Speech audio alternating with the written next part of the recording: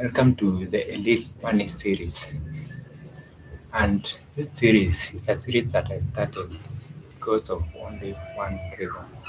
And this reason is that what I noticed is that most of the financial advice online that's full of garbage or entrepreneurs. That is why I started this series. So this money series is about lessons that I have learned about money. So these are lessons I have learned from my time as a salesman, lessons I've learned from my time as a marketer, lessons I've learned from my time as a fundraiser, and right now, lessons that I've learned.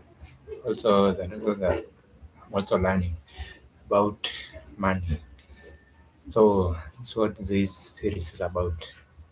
And I'm your host, Samuel Kim, the founder and CEO of NK Elite.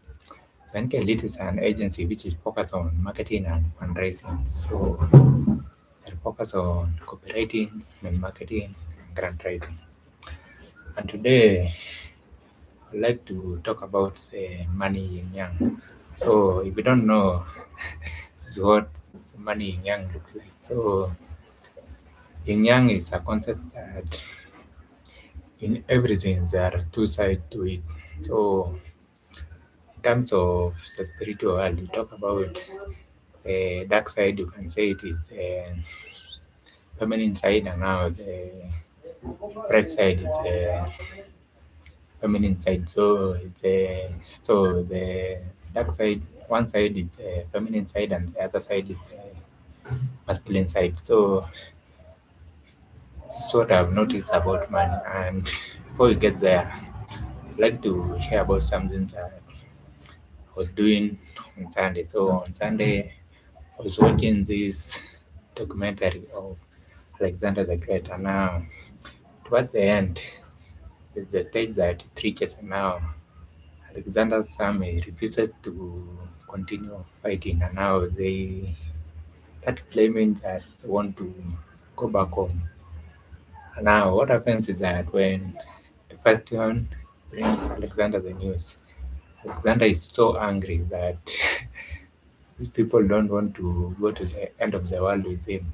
Now, but there's this thing that first one says that it's kind of stuck with him, and I find it relevant to what we are talking about today. And what he said is that Alexander,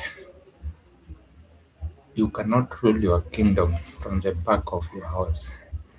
Now, for me, I find that very interesting because now we come back to, I see it as the money, the power yin yang. Now, the way I see it is that what it takes to mass power will be very different from what it takes to keep that power.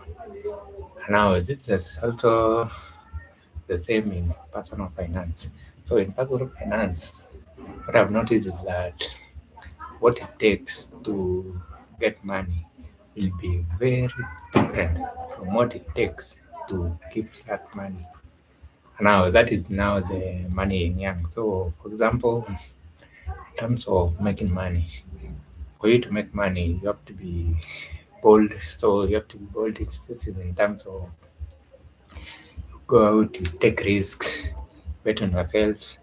The other thing is that in terms of making money, you have to spend money to make more money. So, for example, if you have a business, you notice that for you to get to the next level, you realize that you have to hire people. But if you say that when you get to that level is when you will hire people to maintain that level, you're doing it backward. Now, the best way to do it is that you have to spend money first. So you have to spend money, and now you expenditure, your income will go low for the moment in order for you to get the power you need to bring the people you need in order to make more money. So that is spending money in order to make more money.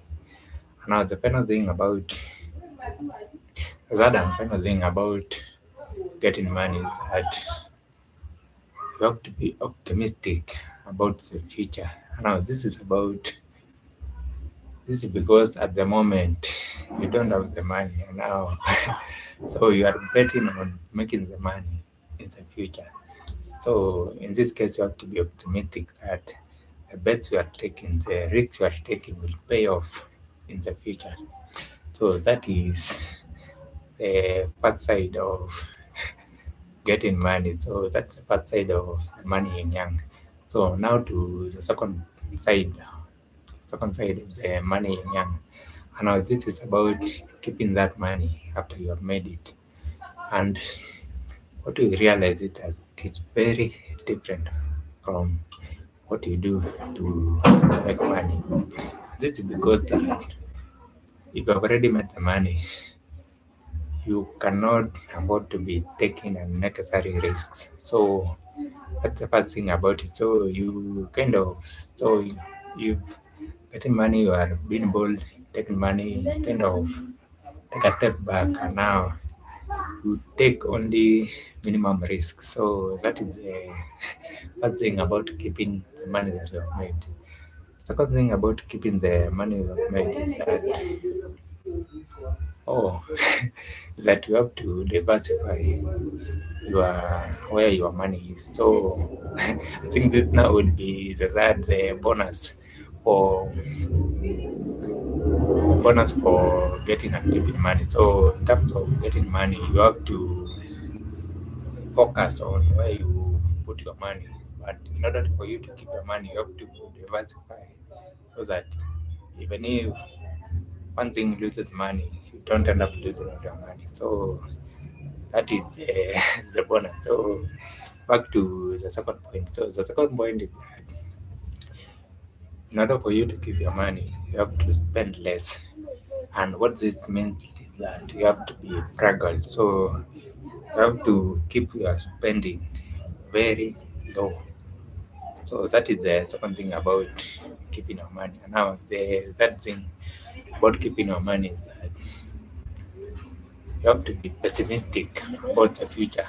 What this means is that when you look at the future, you have to look at the future in terms of what happens if things go wrong. So when getting money, you focus on what happens if things goes right. But in order for you to keep your money, you have to look at things like what happens if I lose this money? Like what could lead to me losing this money? And now when you think that way now, you are able to see the areas where they may cause you to lose your money. And now when you see that now, either you minimize the risk or don't take that risk. So those are the three main differences between getting money and keeping money. So this is money Yin-Yang. So the first one is getting money, and the second one is keeping that money that you have made. So that is what I've noticed about money and now the money Yin-Yang and how that relates to money Yin-Yang. Now for me right now I wonder like in your own experience and in the people that you see around you, have you noticed this money Yin-Yang among those people? Like have you noticed that what they do to get money is very different from what they do to keep their money? Also for you personally now, what you do to get money, have you noticed whether it is different and what you do to keep your money? So that let me know about your thoughts on that below. And also if you have any suggestion, if you have a question, make sure to drop it below and I'll give you an answer below and it's a suggestion. I'll see how I can bring it into reality the, as we continue with this series. So that's all I have for you today, and I'll see you in the next session. So bye bye, KDM, and also keep in mind the money in hand. So I'll see you next week.